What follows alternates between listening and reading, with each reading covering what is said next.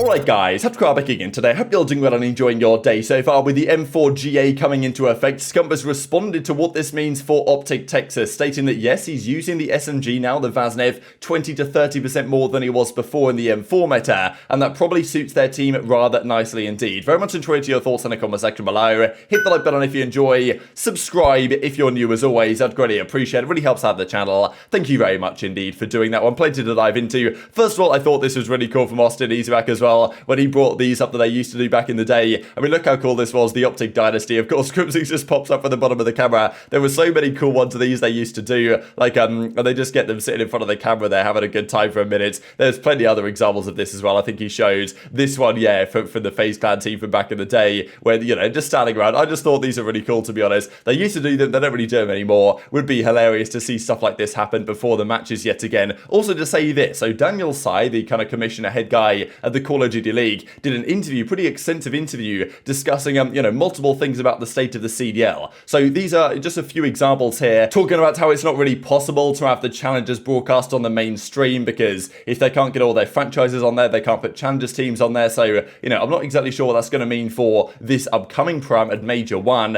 And also talking about the London event, which I thought was interesting, just because we don't really know what's causing the lack of a UK event, because we haven't had one since the CDL started in 2020 February. So it's been a long time. Now, in fairness, I think the Ravens have to, like, say to the league, like, hey, we want to host one, right? Like, the league isn't just going to host it for them. The Ravens have to apply to host a tournament, and then they have to be accepted. And I don't know if London have actually applied to host a tournament, in fairness, especially with all the ownership drama there, and they're now owned by the Spanish guys and all this. Like, they probably haven't even applied. But there is an interesting point here that he talks about the logistics being tough, which I guess is true. You've got to fly everything out there. The time zone differences are tough, which is true. I mean, I don't know. When they did the London events previously, they just got Gfinity to host it, right? A local kind of, you know, tournament operator. Get Gfinity to host it for the league. That makes more sense. Now, the time zone differences, that's a fair point, right? You'd have to start the matches early in the UK to make it work for the US. But, I mean, yeah, I don't know. He says the time zone differences are tough. Little does he know what it's like living in the UK sometimes when you've got chaps in California every single year. But, yeah, it would be nice if we could get something like that happening eventually. He reckons it's always a location they think about. But, yeah, there are lots of reasons why it hasn't happened. So, you know, I guess there's always next year. And also mentioning on the OpTic versus Rokkr series, like, interesting that he was kind of asked about this. No one felt happy about it. No one wants a game to end like that, especially not on our opening weekend. I'm sad for Rokkr, I'm sad for OpTic, and I'm sad for the league. So quite the statement. The full article, I'll leave a link down below. There was another thing that I thought was really cool though, because he talked about the record-breaking opening weekend viewership that he saw, and even talked about Zoom, right, which I thought was really nice to see. The discussion between Daniel Tsai and the streamers, right, and the co-streamers that of course Zoom are getting up to like 20k viewers. He went on to say it was really cool to see Zoomer's watch party. Some of the players were doing it as well. You bring in the community, and Zoomer puts a lot of blood, sweat and tears into covering competitive cards, so it's good to have these opportunities that he can take advantage of, so it's mutually beneficial. So really cool statement, and you know, just goes to show hopefully the direction we're moving in as the Call of Duty League community. Quick note on Fastballer, you guys may have noticed, like yeah, Fastballer, a controversial figure, let's just say, in Call of Duty history. He was there were some interesting tweets coming out, let's say, from Fastballer over the last couple of weeks or so, threatening to, you know, basically have some fist fights with certain pro players for trash talking his name in previous seasons. I think that hopefully this has now been resolved, and I believe he went on the Pinch last night, which is like the show after the flank. I didn't actually get a chance to listen to it,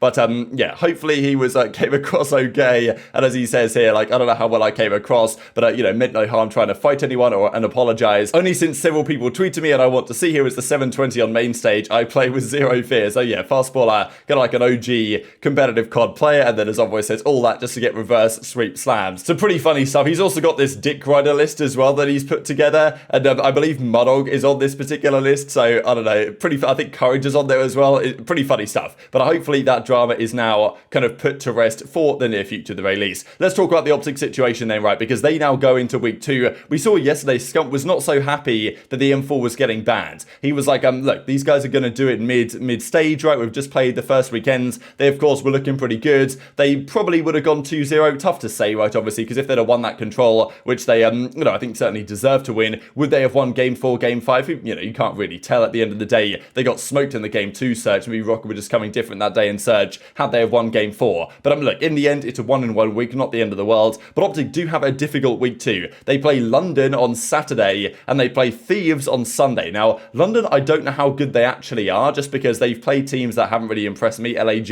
and the New York Subliners, of course, but they have looked like the best search and destroy team in the game, London, and OpTic haven't looked spectacular in that mode, so, you know, that is an interesting kind of battle there that they will have. OpTic should be favourites, though, and then Thieves on the Sunday, probably Thieves are still going to be favourites in that series, depending on what happens earlier in the weekends. So OpTic, of course, are looking to go in and at least come out of that week 2-2. If they do, they'll have at least a solid seed going into the major. But Scump seems pretty happy about the way this new meta is working out. So they tried the Scar last night, and he found that actually, yes, the Scar is used more often than the SMG. It's still the dominant weapon in the meta, just like the M4 was, but it's used significantly less often for the player in Scump's position. Scump is like effectively the second SMG or the slaying SMG. Shotzzy is the main SMG, that the first guy in. He's got to use the SMG really to make his playstyle work, you would imagine. And then Scump is the slightly slower SMG, the more slaying heavier SMG theoretically, and he can use the AR or the sub. So, you know, he likes either weapon, he's good with either weapon. He's been using the M4 to great effect recently, but now he's using the SMG about 20 to 30% more of the time,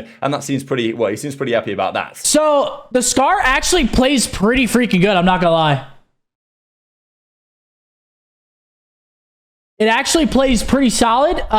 It's still a lot of like, there's a lot of 3 Scar per map still, which I think was pretty much to be expected. Like, I'm still running a Scar on a lot of maps.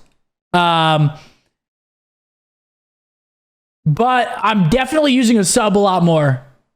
So like, I would say I'm running the sub like probably, I don't know, if I were to give a percentage, probably like 20 to 30% more than I was.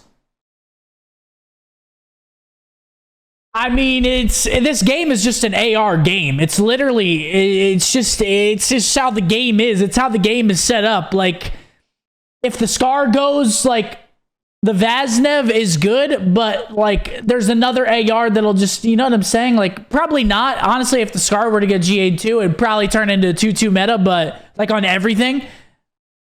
Maybe even a 3-1. I don't know. It's hard to say, bro. We're just living in the AR's world, chat. It's actually crazy. Chat, like, you know what I'm saying? It's crazy, isn't it? It's crazy. Last year, they had the Automaton. The year before that, what was the year before that? Cold War, they had the Krig and the XM4. The year before that, what, MW was the M4. Dude, I swear, we're just living in an AR's world out here. It's all good, though. So does this meta suit the OpTic guys, or what do you think about this, right? Because if we're seeing slightly more SMGs in play, and of course that was the first day of the meta, like the new meta being in play, that he was seeing that he was running the SMG about 25% more of the time. So still a lot of the time going to be a 3-Scar meta, but we will see more 2-2 on certain maps where Scump seems pretty comfortable, right? I mean, Scump's going to be great with either weapon, doesn't matter. SMG AR, this game suits him, I think, really nicely. And OpTic have theoretically one of the strongest, if not the strongest, on their day SMG duos in the game when they're both using an SMG. So I think this is where we start to see some discussions in place on which teams benefit or, you know, get worse by this change. We can understand maybe why a team like Vegas, I would have potentially wanted the M4 to stay in the game because their SMG line is theoretically weaker. Teams like FaZe, teams like OpTic, you can understand why they'd want the M4 gone so their, you know, more stronger SMG line can actually use the SMG as being a more viable weapon in the meta. So yeah, intrigued to your thoughts on that. We kind of talk about this every year as to whether certain metas suit one team over another team. Boston, London looking good in the present meta with the M4s. Whether they'll look so good with the Scar, I don't know. It's going to be a relatively minor change, I think, on the whole, but teams with dominant SMG forces, just like slashed each other on the flank last night. Simp and aBeZy were getting more kills in scrims than they were when the M4 was in play, and even if Scump is still using the Scar quite a lot, he doesn't have to face other M4 players when he is using an SMG, and therefore he can be even more impactful, one could potentially argue. So definitely definitely intrigued your thoughts on that in the comments section below. And even as Envoy says, it's a great day to be a Vaznev player. So he seems pretty down and pretty, well, he's enjoying the fact that, you know, he can be on the Vaznev and have a great time. That's the thing. Kenny right now is kind of their second SMG, was generally running an AR, and you can understand why that works out for Thieves rather well. Kenny can be phenomenal on AR, but also can be phenomenal on an SMG. Doesn't really matter for him. So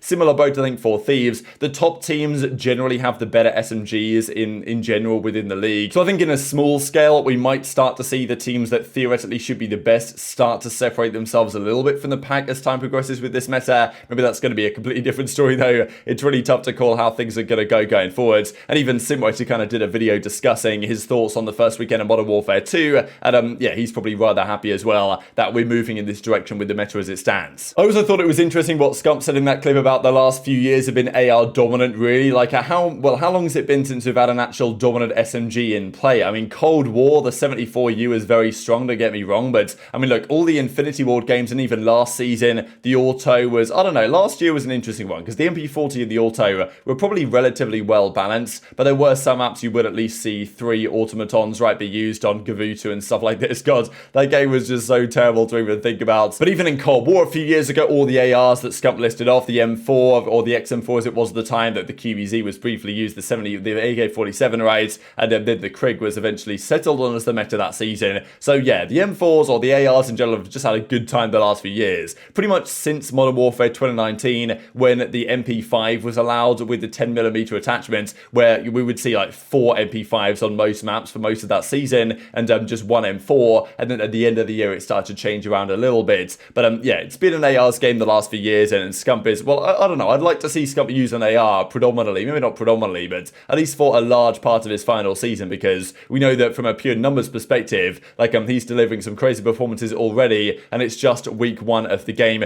Quick note here, I believe the last chance to vote now for the Esports Awards winners. So Thieves, Kenny, Pred, Cellium, Miles, Chance, Alicat, and Nameless all up for various awards. I believe that's coming up relatively soon indeed. And speaking of a similar graphic here, these are the 8 Pro-Am teams that qualified for Major 1. So 4 of these teams will get through to the group stages. All 12 pro teams go into the 4 groups of 4, and they're going to play a play-in out of these 8 teams to see which 4 teams qualify through. Pretty exciting stuff. That's coming up before the Pro-Am, I'm guessing next Wednesday or something like that, when that's going to get officially confirmed. And just a Brian stat here to close out the video. Total championships in the CDL era. So kind of goes to show really that it has been the FaZe guys that have dominated the CDL so far. But it's a little bit surprising maybe that some of these guys aren't far behind. Crim6, Huke, Shotzzy, and iLLeY across the Dallas Empire. And in fairness, a lot of this is coming down the home stands, and some of which are online back in Modern Warfare. But the fact that those guys won 5 events between them across the last few years is pretty impressive. Envoy at 4, Clay at 4, Scump at 3, with Priest and Major Maniac, the rest of these guys as well. I do wonder how many more Pharaoh would have had